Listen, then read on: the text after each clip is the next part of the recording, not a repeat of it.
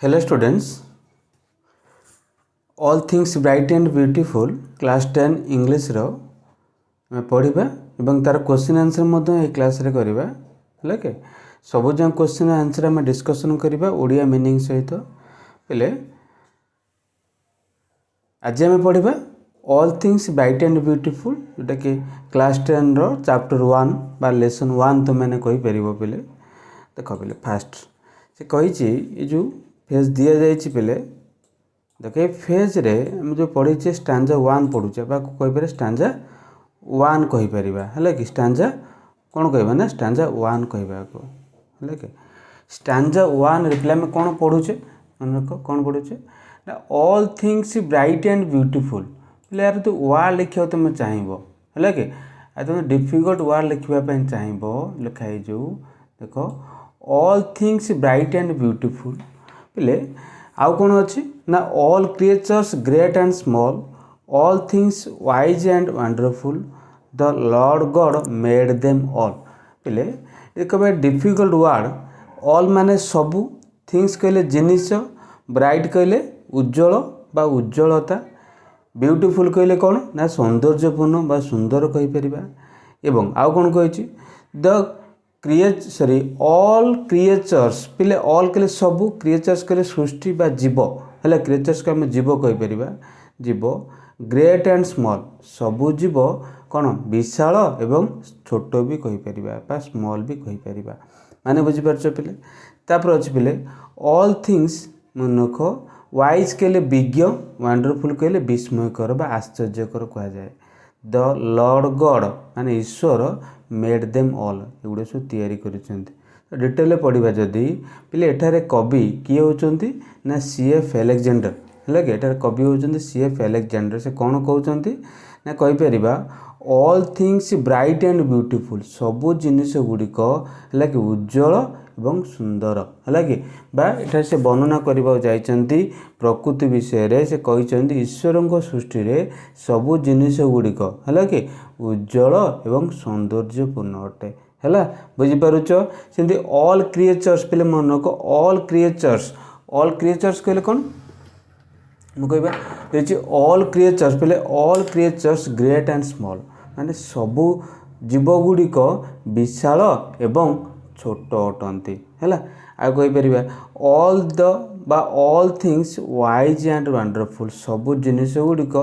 विज्ञ बा बुद्धिमान एवं विस्मयकर अटंती है कि यही सब जिनिस गुड़िक पिले मन रख जो उज्जवल एवं सुंदर जिनिस हो कि बड़ हो सान जीव हो है कि विज्ञ एवं विस्मयकर जिनिस गुड़िक हो एगुड़िक सब किए तैयारी करछंती ना the Lord God made them all है कि एगुड़िक सबू है कि एगुड़िक सबू को ईश्वर तैयारी करिसेंती पिले माने बुझी पारछ ना नहीं ईश्वर ये सबू गुड़ा को जिनिस को तैयारी करिसेंती कौन जिनिस पिले ना all things bright and beautiful है कि माने सबू जिनिस को सुंदर एवं उज्जवलपूर्ण भाव में आउ सबू जीव गुड़ी को बड़ एवं सान भाव में सबू जिनिस को विज्ञ एवं विस्मयकर भाव में ईश्वर तैयारी करिसेंती पिले बुझी पाल फास्ट पार्ट पढ़िले बा स्टांजा 1 पढ़िले स्टांजा 2 आसीबा है कि स्टांजा 2 देख स्टांजा 2 कौन देती पिले देख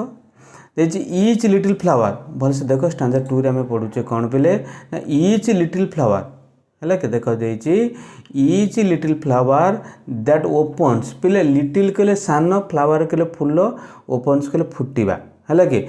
ईच लिटिल प्रत्येक ईच कहले प्रत्येक सबू कहीपर गोटी ये कहीपर प्रत्येक छोट पक्षी दैट सिंग सी भी गान करे गाए गीत है कि he made their glowing colours से मन रख he made their glowing colours अर्थात पिलेटी मन रख से तार कौन आकर्षणीय विभिन्न चकमकी आकर्षणीय रंग देइछंती आउ कौन ग्लोइंग कले आकर्षणीय बुझीपार उज्ज्वलित आकर्षणीय कलर्स का रंग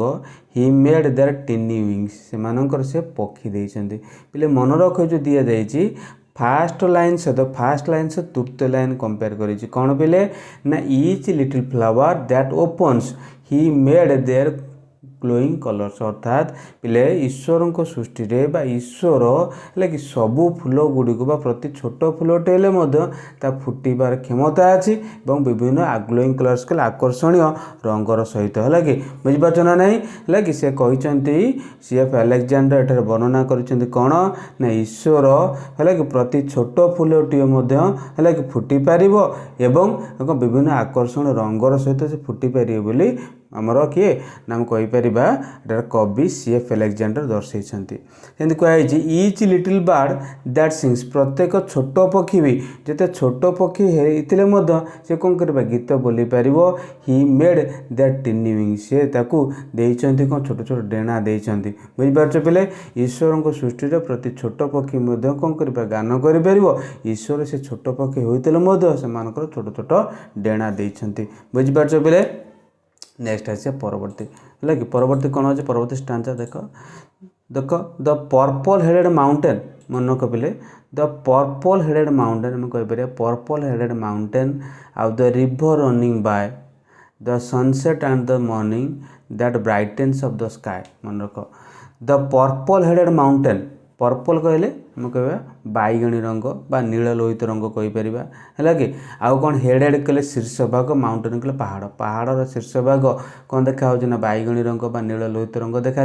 आउ कौन द रिवर रनिंग बाय है कि सही समय से स्थान में प्रवाहित होता नदी है कि रिवर कहले नदी रनिंग बाय कहले प्रवाहित होता अर्थात से अंचल पहाड़ निकटवर्ती प्रवाहित होता नदी है कि आउ कौन करुँचे the sunset and the morning है कि यहाँ कौन कहुच्छे ना सूर्यास्त एवं प्रभात समय अर्थात सकाल सूर्योदय कहीपर सूर्यास्त और सूर्योदय एगुड़िक सब कौन करे that brightens of the sky आकाश को सुंदरता प्रदान करे बुझीपार पिले एटार कवि कौन वर्णना करने चाहिए आम कहीपर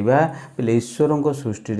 सबुड़ जिनिस गुड़िक छोट बड़ महान आम आलोचना कले पूर्वर बर्तमान से कौन कहते ना ईश्वर को सृष्टि है कि आउ कौन आलोचना करे ना सूर्योदय एवं सूर्यास्त भल से देख सूर्योदय और सूर्यास्त समय है सूर्यर आलोक जितेबाला पहाड़र शीर्ष भाग में पड़े यह देखा जाए केमितिका ना नील लोहित रंगर बादामी सॉरी नील लोहित रंग कहीपर बैगणी रंग परिका देखा जाए और आउ कौन कौन से समय से कड़े से पर्वतर कड़े प्रभावित होता नदी और सूर्यास्त और सूर्योदय से कौन करे ना प्रकृति को आकाश को सौंदर्यपूर्ण करें आकाश को उज्ज्वलित करें है कि कवि यह वर्णना कले परवर्ती आसवा कौन कौच देख पिले मनक द कोल्ड विंड मन कौन कहुच्छी the cold wind in the winter है कि शीत दिन ठंडा पवन विंटर कहले शीत ऋतु बुझीपार कोल्ड विंड कहले ठंडा पवन है कि शीत दिन ठंडा पवन द प्लीजेंट समर सन आनंद प्लीजेंट कहले आनंददायक समर सन कहले ग्रीष्म ऋतुर खरा है कि ग्रीष्म ऋतुर खरा आनंददायक ग्रीष्मर खरा आउ शीत ऋतुर शीतुआ पवन बा ठंडा पवन the ripe fruit in the garden बगीचार है कि पाचिला फल ही मेड देम से गुड़ सब तैयारी करिसेंती एवरीवन समस्त गुड़े सब तैयारी करिसेंती किए तैयारी करिसेंती ही कहले पिले कौन ना गॉड निजे तैयारी करिसेंती बुझीपार पिले तो ये गोटे क्वेश्चन भी आसे एमती आगू ये समर सन को कहीं प्लेजेंट कह जाए अर्थात ग्रीष्म ऋतुर खरा को आनंददायक बोली कहीं कह जाए कहीं ना पिले देख शीत पर है शीत सरी आसुत ग्रीष्म आरंभ हो से समय खराटा तुम भल लगे से कहले आनंददायक खरा बोली कह जाए बुझीपार कि एटार कवि कहते कौन ना शीत ऋतुर ठंडा पवन बा शीतुआ पवन ग्रीष्म ऋतुर आनंददायक खरा आउ कौन होचे ना पाचिला फल बगीचा पाचिला फल युड़ सब ईश्वर समस्त तैयारी करिसेंती बोली कवि वर्णना करुछंती परवर्ती पाठ आसिया ताबदे कौन कहूँ देख द टॉल ट्रीज मन रख द टॉल ट्रीज है कि the tall trees in the greenwood कहले पिले कौन ना सबुज बण बा जंगल कहीपर टॉल ट्रीज का डेंगा डेंगा गछ है कि जंगल डेंगा डेंगा गछ द मिडज घास पड़िया होइयार पिले जो आम खेलु the rushes by the water पिले रसेस कहले नल तृण जोटा कि कौन हो ना तृण टाइप जल उठुवा तृण ताकू कहुच्छे कौन नल तृण कहुए the rushes by the water है कि पानी उठुवा कौन ना से जो नल तृण वी ग्यादर एवरीडे से गुड़ आम जमा करूँ एटी कवि एठार कौन वर्णना कर बोले ना ईश्वर है कि ईश्वर सब जिनिस गुड़िक आम मान आउ कौन कहते ना से जो मनक जंगल बा सबुज बणर डेंगा डेंगा गछ गुड़िक हो आउ घास पड़िया जो आम खेलू आउ कौन ना देख जल है कि जल उठुवा जलज उद्भिद जोटा कि नल तृण कहुए सेगुड़िक है कि आम वही ग्यादर एवरीडे आम से नल तृण को सबुड़ संग्रह सबुदिन संग्रह करूँ है कहीं यहाँ मसिणा बा छप बा बिछना बुणापी है कि रसेस बा नल तृण को संग्रह करा कि परवर्ती पाठ आसवा देख पे कौन कहते यहाँ कवि पुणी देख से कही he gave us eyes to see them से आमको आखि देइछन्ति से मानको देखिबापी से गुड़ देखिबापी एंड लिप्स एवं ओठ देइछन्ति दैट वी माइट टेल आमे कहिबा कौन कहिबा how great is God almighty ईश्वर केड़े सर्वशक्तिमान है केड़े महान से विषय आमको कहिबापी है कि आमको ईश्वर पाटी देइछन्ति देखिबापी आमको आखि देइछन्ति who has made all things well जी ये सब जिनिस सुंदर भाव में गढ़ी तोली है कि सी आमको आखि देइछन्ति पाटी देइछन्ति है कि विषय कवि वर्णना करिसेंति बुझिपारछ पिले तो यहाँ में एतिक पोएट्र बा सरी पोएम्र क्वेश्चन बेसिक फंडामेंटल बा तुम सब्जेक्ट कंटेन्स था बर्तमान 1 नंबर क्वेश्चन को आस क्वेश्चन देखिपार पिले क्वेश्चन बुझा चेष्टा कर कौन दी जाइए ना what does the poet think of all things like कवि सबू जिनिस को किपरि भावती कहीपर answer the poet thinks all the things in this universe आज ब्यूटीफुल वाइज एंड वंडरफुल सब जिनिस गुड़िक कौन विश्व है कि सुंदर विज्ञ एवं आउ कौन ना विस्मयकर अटे who has made all this things किए सब सुंदर जिनिस गुड़े तैयारी करिसेंति like the Lord God has made all this things बुझिपारछ what are the little things mentioned in the poem रे जो को जिनिस गुड़ा छोट जिनिस गुड़ा वर्णना करा जायछि बा सूचा जायछि the little things mentioned in the poem are colourful flowers in bloom and singing birds with tiny wings है कि सुंदर कलरफुल फ्लावर्स माने सुंदर फुटुवा फूल है कि सुंदर सुंदर विभिन्न आकर्षण रंग फुटुवा फूल आउ कौन छोट छोट पक्षी बा गान करूँ छोट छोट पक्षी से डेणा सहित है कि गुड़िक छोट छोट कथा ये आलोचना करा कवि भाषा परवर्ती जो दी जाइए how does the poet describe the beauty of flowers like यही विषय रे लाइक पोएट बा कवि मानक फूलर सुंदरता को किपर वर्णना करिसेंति तुम कहिपर कौन पिले ना the poet describe the beauty मानक poet describe the beauty of flowers as bright as a soft warm light है कि जी how does the poet describe the little birds like छोट पक्षी मानक किपर वर्णना करिसेंति the little birds have tiny wings and they sing sweetly बोली एठारे कवि वर्णना करिसेंति how is the mountain described in the poem है कि पोएम रे माउंटेन को किपर वर्णना करा जायछि तुम कहिपर the mountain top is purple headed that it looks purple in the rays of setting sun सूर्यालोकर बा सॉरी कहीपर सूर्योदय समय सूर्य सूर्य आलोक जो पहाड़ पर पड़े यहाँ पर्पल रंग देखा जाए बोली एठारे कवि वर्णना करिसेंति नेक्स्ट आसीबा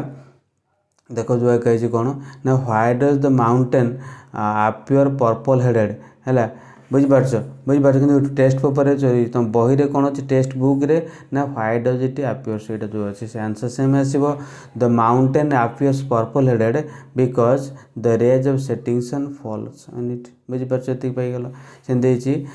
कौन देखिए what brightens of the sky आकाश को कौन सुंदर प्रदान करे the morning sun brightens of the sky बुझिपारछ ना नहीं पे ये आउट आड करदेव मनक द मॉर्निंग सन आउ कौन बा लिख the sunset and the sunrise यहाँ टी मिस्टेक हो मन रख यहाँ केत नंबरटा पे मन रख केत नंबर क्वेश्चन मिस्टेक आउ टे लिखे आड कर पे कौन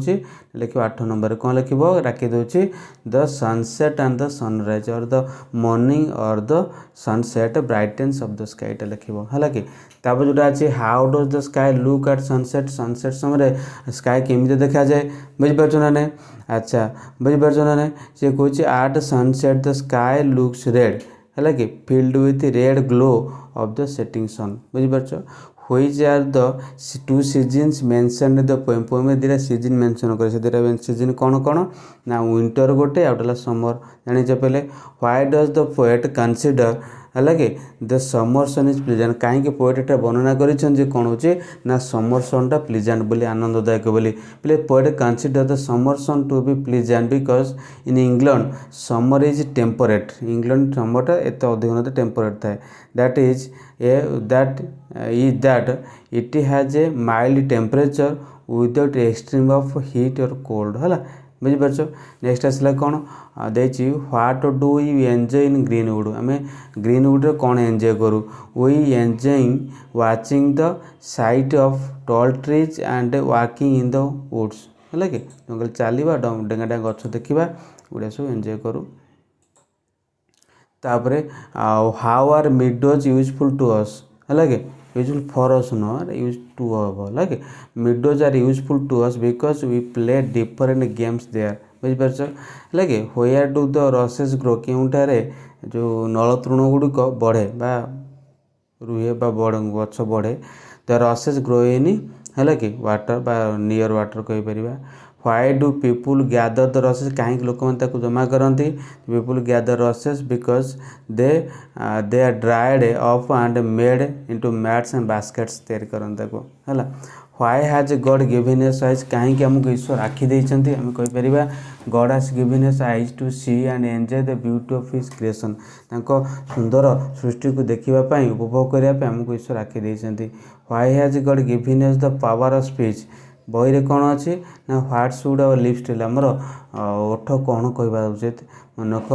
देजी God has given us the power of speech to praise his greatness as the maker of things सब जिन सृष्टिकर्ता होती कि महानता विषय कहवाई आमर ओठ देते भगवान है कि नेक्स्ट आसवा 18 नंबर क्वेश्चन पे मनक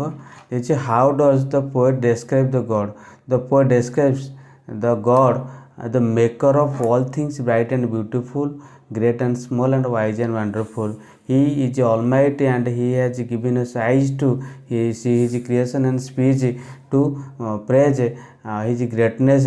है कि greatness the master architect of the universe will कह but describes many things in the poem make a list ये को थिंग्स तो कह पे बही क्वेश्चन है यहाँ है ये क्वेश्चन बही ना एक्स्ट्रा क्वेश्चन दिया नेक्स्ट आसला देख एक्स्ट्रा क्वेश्चन चाबी बहरी तुम था देखिए which of the things are bright and which of the small things are small देखिए पहले purple headed mountain and the sunset are in the things are bright flowers and some birds tiny wings are the small कथा कहुई which are the lines in the poem where the poet express his gratitude to God मैंने कृतज्ञता देते the following lines कौन कही देख where poet express the मैंने gratitude देते सी कही he gives us eyes to